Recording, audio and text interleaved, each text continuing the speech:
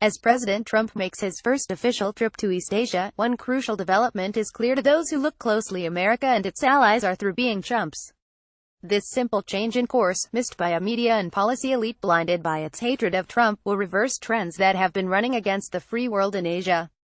In South Korea, Trump will give a major speech that is clear about the consequences for North Korea as it threatens our allies and us.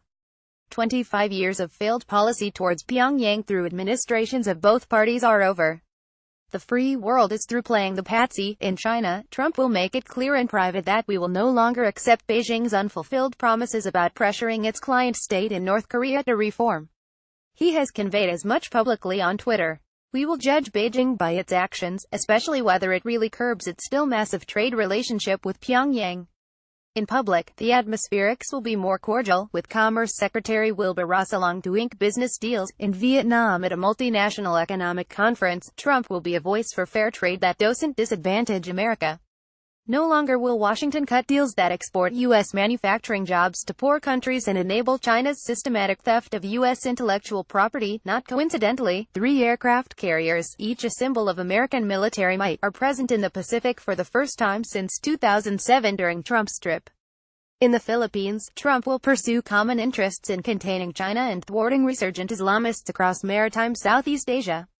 Other members of the U.S. delegation will privately convey concerns about human rights while Trump builds a relationship with Rodrigo Duterte, the eccentric president with an anti-U.S. but pragmatic background. In Japan, where Trump is concluding his first of 5 stops in Asia, one of the byproducts of his first year as president is increasingly apparent. A recently re-elected Shinzo Abe, Japan's most powerful prime minister in decades, continues to normalize Tokyo's political and defense postures so they resemble those of other key allies. Japan already pays $1.6 billion annually to defray the costs of U.S. forces stationed here, and Abe wants to buy offensive missiles and missile defense systems from America, something to which Trump will likely agree. Trump will also encourage Abe's effort to make Japan's pacifist post-war constitution more flexible to defend against China and North Korea. The Japanese Prime Minister has communicated the clearest description of the new Allied approach to North Korea, that Pyongyang must be pressured to come to the negotiating table as a supplicant who has all but cried uncle. Barring that, the Allies will not attempt, yet again, to buy off North Korea from a position of weakness or desperation.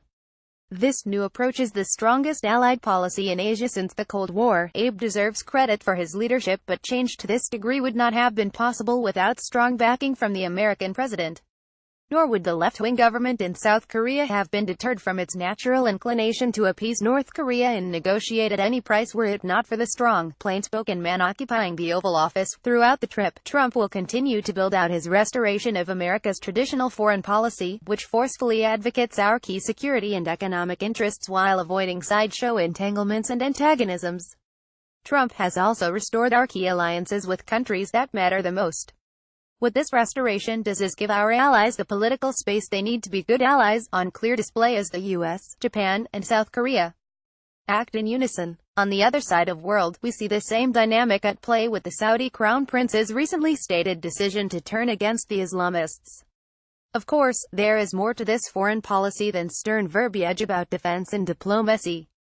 Unlike tough talk from his predecessors, including the supposed military pivot to Asia of the early Obama years, when in fact our Navy and Air Force were being hollowed, allies now see clearly that our economy and military will grow much stronger under Trump.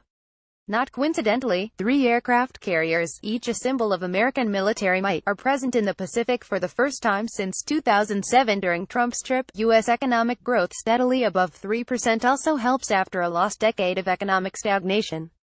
If sustained, it will make Trump's 2020 re-election all but inevitable and further augment his ability to shape the world. All of these are real-world factors that make Trump's words matter more than those of his predecessors. These developments are noticed in Asia by those who are our friends and those who are not. The free world is coming back in the Pacific with restored confidence and capability.